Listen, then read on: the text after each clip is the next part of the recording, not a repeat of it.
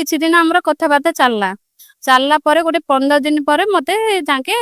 କହିଲେ ସମ୍ପର୍କ ରଖିବା ପାଇଁ ହଉଛି ମତେ ନ୍ୟାୟ ଦରକାର ସେ ପୁଅ ମତେ ରଖିବା ଦରକାର ନ ରଖିଲେ ମୁଁ ଏଠି ସୁଇସାଇଡ କରିଦେବି। ଏଠି ଗୁଣ୍ଠ ଗୋଡା ତ ଯିବା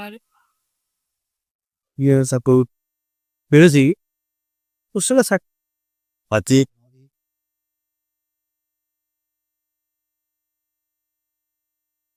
ଟୁଲୁ ମହାରାଣା ସାଙ୍ଗରେ ମୁଁ ପଳେଇ ଯାଇଥିଲି ଗୁଣ୍ଠୁ ପୋଡା ତାଙ୍କର ହେଲା ଆସିଲା ପରେ ତାଙ୍କ ସହିତ ମୁଁ ଗଲା ପରେ ତାଙ୍କେ ମତେ ବୁଢା ଆମ୍ବ ଛକରେ ଛାଡି ଦେଇକିରି ପଳେଇ ଯାଇଛନ୍ତି ବୋଲି ମୁଁ ଆସିକି ବସିଛି। ଆମେ ସୁରତରେ ଯାଇକି ଥିଲୁ 2 ବର୍ଷ ହେଲା ସ୍ୱାମୀ ସ୍ତ୍ରୀ ସମ୍ପର୍କ ତାଙ୍କ ଘରେ ହିଁ ଦେଖା ହେଇଥିଲା ଆମର। ତାଙ୍କର ଗୋଟେ ମହାପୁର ନିଦ୍ରାବତୀ ମହାପୁର ରଖିଛନ୍ତି ତାଙ୍କ ନିଦ୍ରାବତୀ ମହାପୁର ରଖିବା ପରେ ମୁଁ ଆସିଥିଲି ତାଙ୍କ ଘରକୁ ମାନେ ପିଲାକୁ ଝାଡିବା ପାଇଁ ଆସିଲା ପରେ ତାଙ୍କ ମାଠୁ ନମ୍ବରଟା ବି ନେଇଥିଲି। ନମ୍ବରଟା ନେଲା ପରେ ମୁଁ କଲ୍ କଲି ମା ପିଲାକୁ ଝାଡିଦା ବୋଲି ତାଙ୍କ ପୁଅ ତାଙ୍କ ମାଠୁ ନମ୍ବର ନେଇକିରି ମତେ କଲ୍ କରିଥିଲା। କଲା ପରେ କିଛି ଦିନ ଆମର କଥାବାର୍ତ୍ତା ଚାଲିଲା ପରେ ଗୋଟେ 15 ଦିନ ପରେ ମତେ ତାଙ୍କେ କହିଲେ ସମ୍ପର୍କ ରଖିବା ପାଇଁ ବୋଲି ତାଙ୍କ ସହିତ ମୋର ସମ୍ପର୍କ ରହିଲା ପରେ ବାର ମୋ ଫଟୋ ଭିଡିଓ ରଖିକି ମତେ ବ୍ଲାକମେଲ କଲେ ମୁଁ ଯଦି ତୁ ନ ମୋ ସାଙ୍ଗରେ ସମ୍ପର୍କ ରଖୁ ମୁଁ ଇଏ କରିଦେଇ ତତେ ଏମିତି କରିଦେଇ ସବୁ ମାନେ ଏମିତି ପ୍ରକାର ଧମକ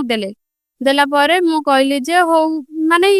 ସବୁ ସମ୍ପର୍କ ଆମର ରଖିଲୁ। ତାପରେ କିଛି ଦିନ ପରେ କହିଲେ କି ଚାଲ ଆମ ଭାଇ ହେରିକା ସମସ୍ତେ କିଏ ବାହା କରୁନାହାନ୍ତି ଆମେ ପଳେଇ ଯିବା କହିଲା ପରେ ଆମେ ସୁରତ ପଳେଇ ଯାଇଥିଲୁ।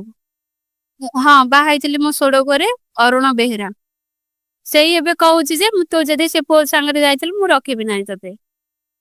ମୁଁ ଚାହୁଁଛି ମତେ ନ୍ୟାୟ ଦରକାର ସେ ପୁଅ ମତେ ରଖିବା ଦରକାର ନ ରଖିଲେ ମୁଁ ଏଠି ସୁଇସାଇଡ କରିବି।